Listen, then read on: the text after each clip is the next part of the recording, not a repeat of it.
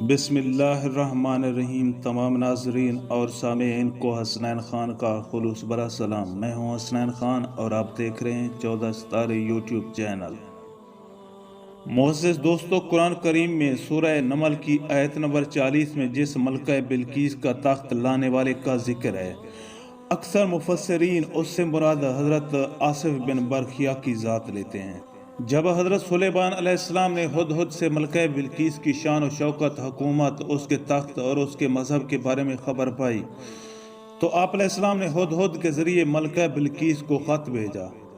ملکہ بلقیس اس خط سے مرعوب ہو گئی اور اپنے مشیروں سے مشورے کے بعد حضرت سلیمان علیہ السلام کے دربار میں تحائف بھیجے، مگر آپ نے قبول کرنے سے انکار کر دیا اور حکم بھیجا کہ ایمان لے آؤ۔ ملکہ بلقیس نے آپ علیہ السلام کی بارگاہ میں حاضر ہونے کا فیصلہ کیا اور اپنے شاہی شان و شوکت کے ساتھ روانہ ہوئی۔ ادھر حضرت سلیمان علیہ السلام نے یہ چاہا کہ ملکہ بلقیس کے یہاں آنے سے پہلے ہی اس کا تخت میرے دربار میں آ جائے۔ چنانچہ آپ نے اپنے درباریوں سے فرمایا کہ تم میں سے کون ہے جو بلقیس کا تخت اس کے پہنچنے سے پہلے میرے پاس لے کر آئے؟ تو ایک جن نے اجلاس ختم ہونے سے قبل تخت لانے کی حامی بھری، مگر حضرت سلیمان علیہ السلام نے فرمایا کہ میں چاہتا ہوں کہ اس سے بھی جلد وہ تخت میرے دربار میں آ جائے۔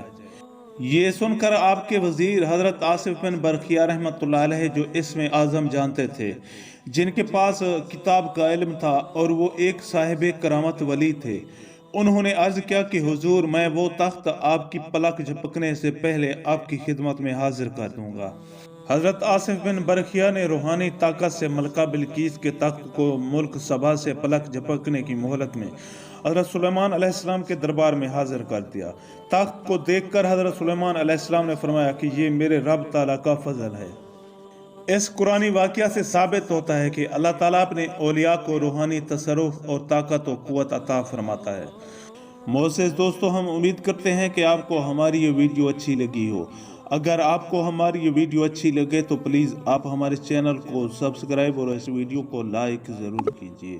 اب ہمیں اپنی اگلی ویڈیو تک کے لیے اجازت دیجیے، اس دعا کے ساتھ کہ اللہ پاک آپ کو اپنی حفظ و امان میں رکھے۔ اپنا بہت زیادہ خیال رکھیے گا۔ شکریہ۔ خدا حافظ۔